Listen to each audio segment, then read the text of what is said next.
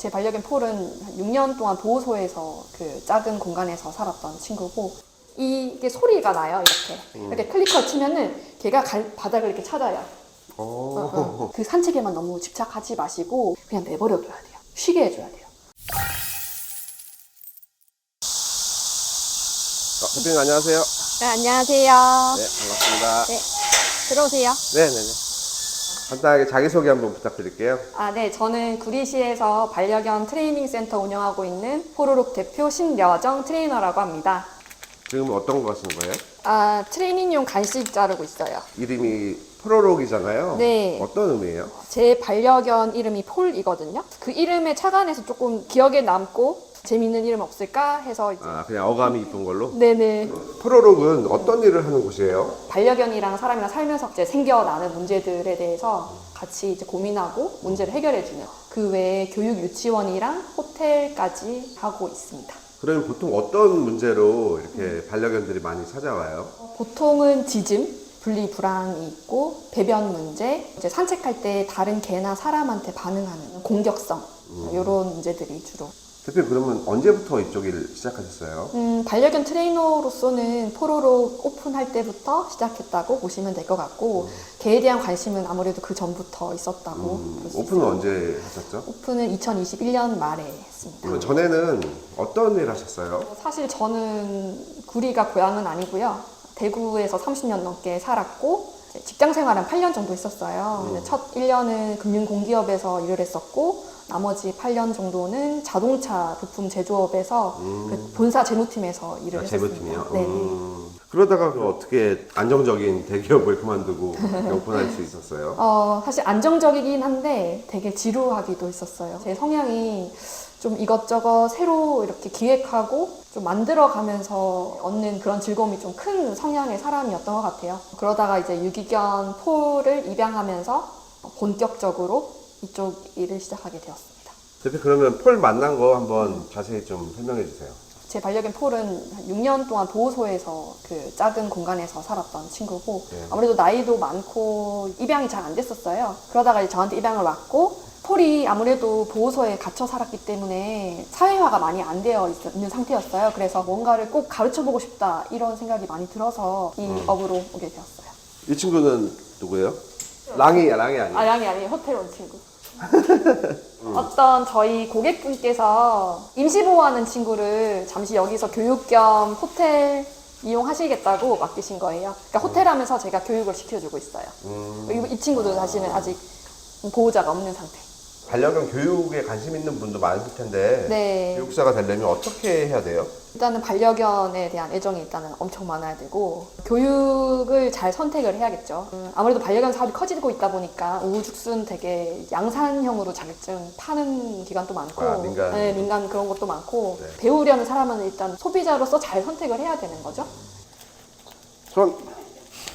아저씨 뭔데요? 그래서 교육법이 좀 주류랑 다르다고 하셨는데 네. 어떻게 다르신 거예요? 기존 훈련법은 그냥 간식을 보여주고 이렇게 이제 유도해서 많이 이제 학습을 시키는데, 저는 간식을 보여주지 않고 걔가 스스로 생각한 거에 대해서 정답이면 후 보상을 하는 식으로 가르치고 있어요. 스스로 생각하는 능력이 많이 이제 생기게 되고 자발성을 끌어낼 수 있는 장점이 있습니다. 일단 이게 클리커라는 도구이고, 이게 소리가 나요. 이렇게 소리가 나는데 이 소리의 의미를 전달할 거예요. 예. 폴 시작!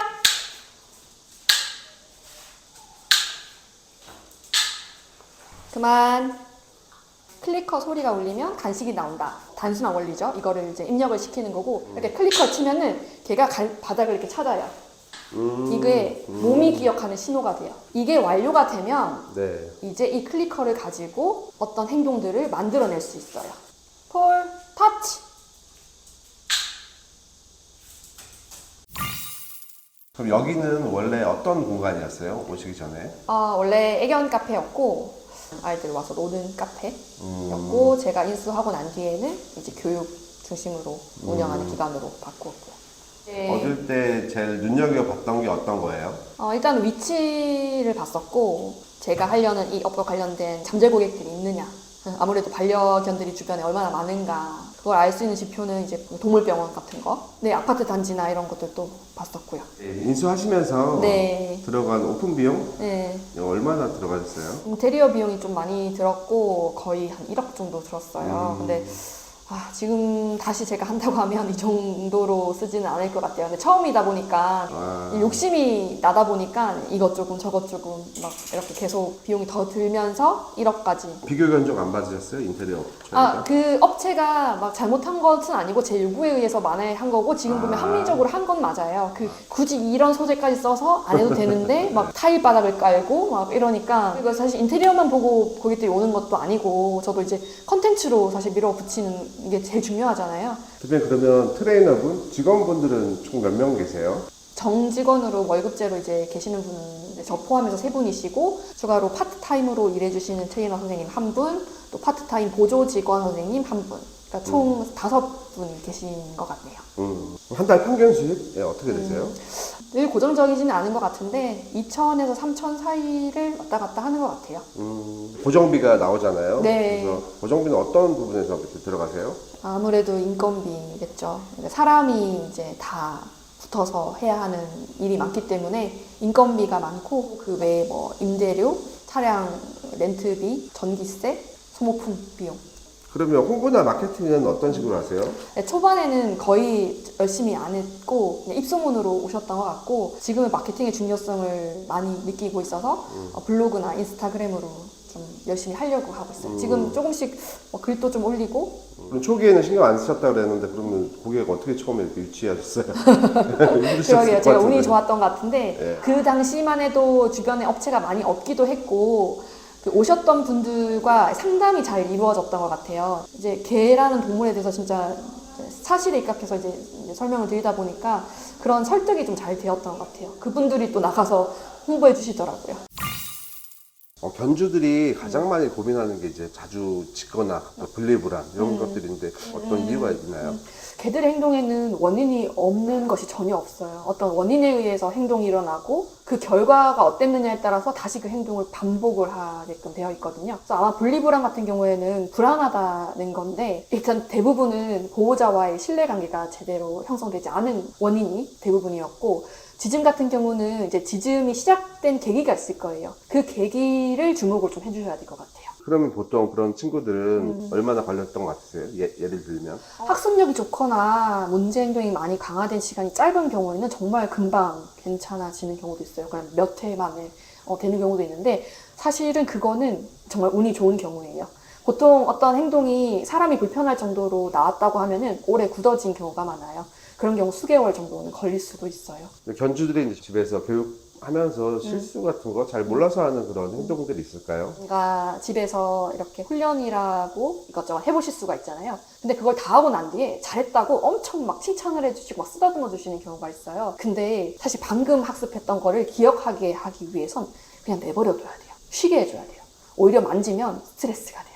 그래서 그냥 내버려두고 잠 푹 자게 해주시는 게 좋아요. 그러면 견주들이 반려견과 교감할 수 있는 그런 행동들이 있을까요? 대부분은 산책을 하루에도 한 번 안 하면 되게 문제가 있다고 생각을 많이 하시는데 그 산책에만 너무 집착하지 마시고 사실 유튜브에 보면 굉장히 개들이랑 같이 재밌게 놀 수 있는 그런 것들 조금 찾아보시고 반려견들한테 일거리를 좀 많이 주셨으면 좋겠어요. 백수 가로사 한다고 굉장히 무료하게 살고 있거든요. 뭔가 할 수 있는 일거리를 제공해주면은 거기서 또 뿌듯함도 느끼고 성취감도 느끼고 어떤 숙제 같은 것들을 주는 거죠. 예를 들어서 간단하게는 뭐 종이컵 같은 것에다가 간식 같은 걸 넣어서 구겨서 숨바꼭질하듯이 뿌려준다거나 페트병 같은 것들 오려가지고 거기에다가 간식 넣어서 굴려서 스스로 일을 해서 보상을 얻는 방식으로 그렇게 이제 일거리를 하나씩 주는 게 좋을 것 같아요. 반려견 트레이너로서 좀 힘든 점 그런 게 있다면 어떤 게 있어요? 아무래도 몸을 많이 쓰는 직업이기는 해요. 그래서 체력 관리가 조금 중요할 수가 있고 교육을 할 때는 굉장히 지혜를 많이 짜내야 돼요. 개에 대한 지식 그런 것들을 이제 꾸준히 공부를 해야 하는 과제가 늘 있습니다. 트레이너를 꿈꾸는 분들도 요즘 많거든요. 네. 그분들에게 선배로서 한마디 해주신다면 어떤 게 있을까요?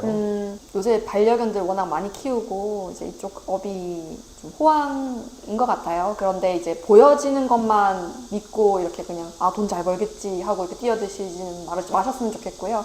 왜냐하면은 정말 그만큼 힘을 많이 들어요. 신중하게 결정을 해주셔야 될 것 같고, 트레이닝 기술이라는 것이 사실은 다른 사람에게서 배우는 거잖아요. 그래서 구제식으로 많이 이루어지기 때문에 자신에게 맞는 스승님을 좀 잘 찾아서 가시는 것도 중요하지 않나 싶습니다.